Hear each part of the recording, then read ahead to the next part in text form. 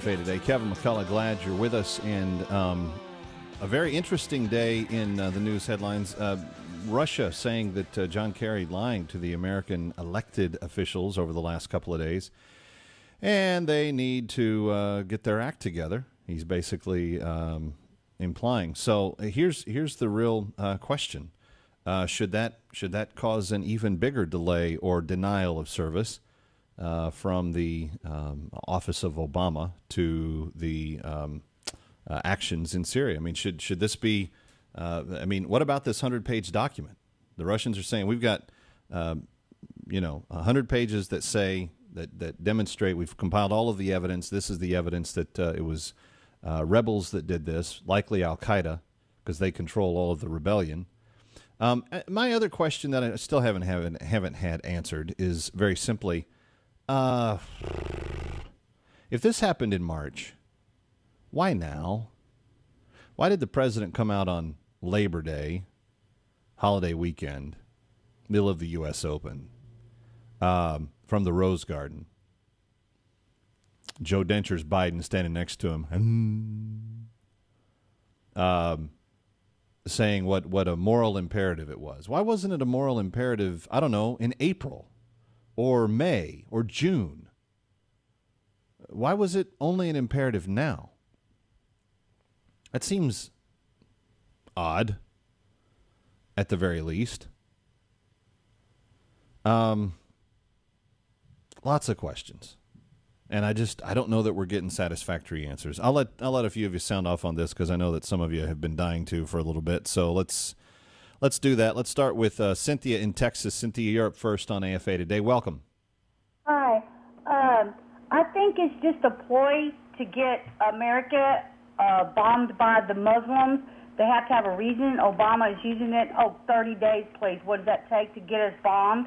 And before his suitcase dropped, he wore it out on his sleeve. He was a Muslim. He's for that brotherhood, and he needs a reason, and they're going to have one big reason if we go into Syria to start bombing our subways. You honestly believe that Obama wants America to be bombed? Yes, I do, because he has a big old jet and get him right out of here with all our money. And another thing, I think the government knows it. They're going to be first to go. Guys, you ain't got nowhere to go. They're going to get you anywhere you want to go. Yes, sir, I do. I think this is all a ploy to get us. Well, I certainly think there may be a ploy angle to it, Cynthia, but I don't think it's quite as unsubtle as Obama wanting his own nation to be bombed. I have a hard time believing that. I have a hard time believing that this is in some way a conspiracy to invite Brotherhood members to attack America. I could be wrong. I'm not that far down the conspiracy rabbit hole just yet. Other people are. That's fine. I'm a lot further down the conspiracy hole than I was, a few weeks ago, 10, 12, 13 weeks ago, before the NSA surveillance and all the rest of it. I'm very, very suspicious of most things coming out of Washington now. Let's go to John in Michigan. John, welcome. You're up next on AFA Today with Kevin McCullough. Glad you're here. John in Michigan, are you there? Yes. You wanted to know, you wanted somebody to give you an answer of what's going on over there, don't you? No, I had a couple of questions. That wasn't one of them that I asked. But then what I was going to say is okay, that I have not heard anyone on TV or radio asking themselves, why is the Kaya over there? The ones who bombed us, took all Twin Towers out, the Pentagon out, back in September 11th. Nobody is asking why they're there. Well, I think it's easy to figure out why Al Qaeda might want to be involved in this, John, because they're still searching for a permanent base of operations. We're killing them in Yemen. We're killing them in Pakistan. We're killing them in Afghanistan. We've killed some in Iraq. They're still needing a base. The reason they grew strong enough to be able to do what they did on 9/11 is because they had Afghanistan to just operate from with impunity for years leading up to that.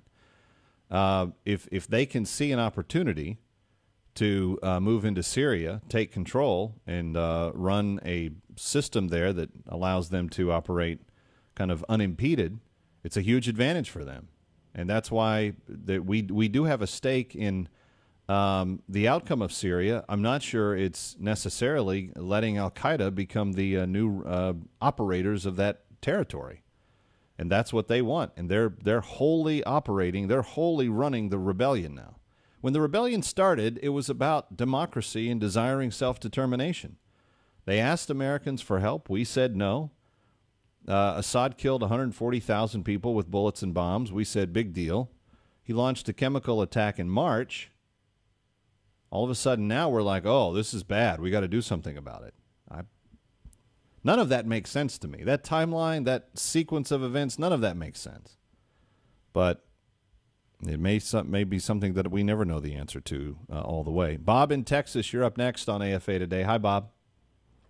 Yeah, this is Bob from Texas. How are you, Kevin? I'm doing well. Thank you for being with us today. Hey, I've got questions, too. Back a few years ago, wasn't it they're trying to get certain people were trying to get this thing of his legality for being a president through a birth certificate. Then within days, it got pretty hot, and then within days, he has killed Osama bin Laden, and all of the news, of course, went to that. All right, could it be that this thing with Syria is to take away the news from the NSA, Benghazi, IRS, and any other scandal that some people are aware of, I guess? Could that be the possibility of what he's trying to do is get the news, everybody thinking about Syria, this is what I'm going to do, I'm going to bomb Syria, and get everybody thinking along the Syrian lines other than, hey, what happened to Benghazi? What happened to IRS? Yeah. What happened to the NSA deal? I mean, what about these things? Well, I got to tell you, Bob, it's crossed my mind plenty, especially since we are now, 6 days away from the 1-year anniversary of Benghazi. I mean, this is a pretty, and we haven't done anything in reaction to that. We haven't arrested anybody. We haven't tried anybody. We haven't killed or captured anybody. I mean, Benghazi is just on our doorstep, the anniversary, and we've done about it. So it's like, yeah, that question has gone through my mind a lot. Is this all a big smokescreen for other questions that are out there? And I have to ask myself the question, honestly. You wait until Labor Day to come out and talk about this and act like it's the cause of your life. And I'm not saying that losing 1,400 people, and many of them women and children, is not a horrifically immoral thing, an evil thing. It's just funny how 1,400 people killed by chemicals is so much more evil in President Obama's mind than 140,000 people killed by bullets and bombs. That's the odd thing to me. Let's talk to James in Arkansas. Hi, James. You're on with Kevin McCullough on AFA Today. James, are you there? Hi, James. You're on. Hello, James. James. Are you there? James, are you there? All right. He's just not. I'm hearing myself on the delay. That's weird. 888-589-8840. Real quickly, Jeremy in Virginia. Hi, Jeremy. You're on AFA Today with Kevin McCullough. Glad you're with us. Hey, Kevin. I just wanted to say I think they're going to use this as a distraction for Obamacare. Congress is getting ready to come back, and I think they want to use this to distract American people about the Obamacare. Well, the one way that we can ensure that doesn't happen, and really everybody listening needs to hear me on this, what we really must do to ensure that isn't the case is we need to press our legislators as they go back into session to say, you know what? You argued about Syria. You took your vote. That's done. You keep your eye on the ball. you investigate Benghazi, you defund Obamacare, you do those things that are necessary for the health and well-being of our nation, and we are watching. We, the American people, are watching whether or not you're paying attention to the real stuff or to the fake stuff. And we can do that. 202-224-3121 is the number, 202-224-3121. That'll get you to the congressional switchboard, and you can let your, position be known on that pretty simply. All right, I want to get into another couple of stories, and we've got plenty of time. I'll take plenty of calls throughout the rest of the after the show today. But there's this one item on onenewsnow.com that I wanted to make sure I put in front of you, and it's a completely different realm of news than Syria, but we'll take calls on both stories going forward.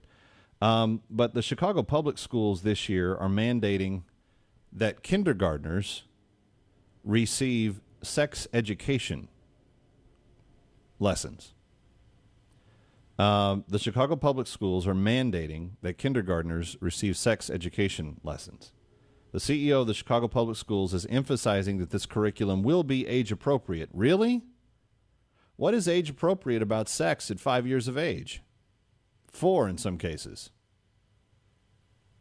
Heck, 6 or 7 for that matter. How is this age appropriate at all?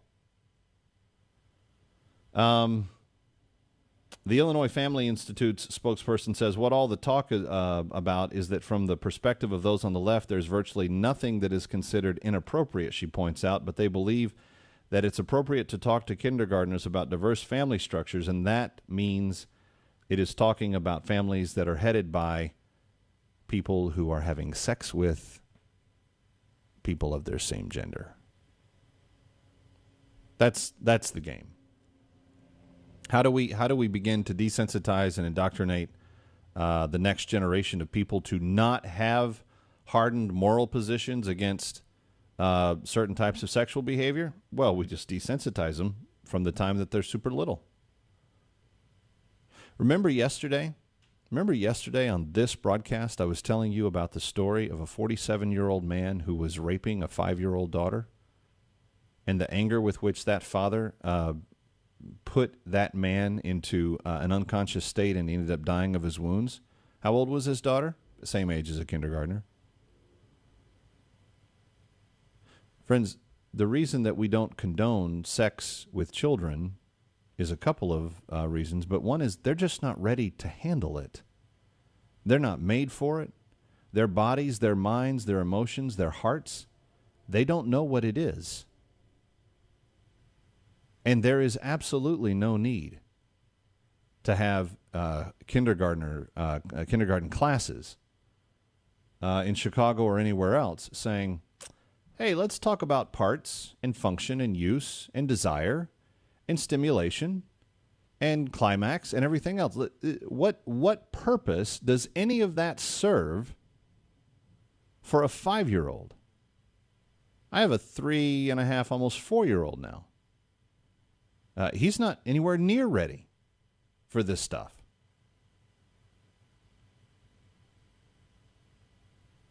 This is the wholesale agenda of the public education sector has been infiltrated, taken over, and now is being propagated by people who want sex to be the central focus of life. And I don't think 5-year-olds are ready for that. Lori Higgins of the Illinois Family Institute also said 5-year-olds are not sexual beings, except in the world of progressives. They're not thinking about sex, they don't have sexual feelings, and this is completely unnecessary, and parents are capable of handling this. Anybody else think it's a good idea for parents to be the ones that do sexual education of children? I don't want that in school at all. Well, my kids won't go to a school where that's taught. So that's the statement we'll make. I can't control everybody else. I can control what my kids see. Our tax dollars, your tax dollars. Man. All right, more of your calls. 888-589-8840. 888-589-8840. See, we've got lying in the White House. That's what Putin says. Russia's Prime Minister Vladimir Putin says John Kerry and President Obama are lying to the American people. He says he's got a 100-page document that will demonstrate that that is in fact the case, that the chemical weapons weren't in any way related to Mr. Assad, that they were in fact al-Qaeda rebels that launched them, and that we're just not telling our own people the truth. I certainly think, and I'm not one to just go take Vladimir Putin's word for things, friends. I'm not a traitor. But if somebody starts putting evidence on the table, I'm going to take a look at whatever evidence is put forward. And so far, what evidence have we seen from our own government? So far, what evidence have they put on the table? You know, at least when Colin Powell went to the UN to argue about whether or not Saddam Hussein had weapons of mass destruction, he had several reports filled out by several intelligence agencies from several countries all over the world. He had photos, he had trucks, he had planes, all that were to be believed that the weapons were on and being taken out of Iraq. What have we seen in any way, shape, fashion, or form that even comes close to resembling that for this cause, for this justification? It's troubling, friend. It's troubling. 888-589-8840. I'm Kevin McCullough. More of your calls coming up next here on AFA Today on AFR Talk.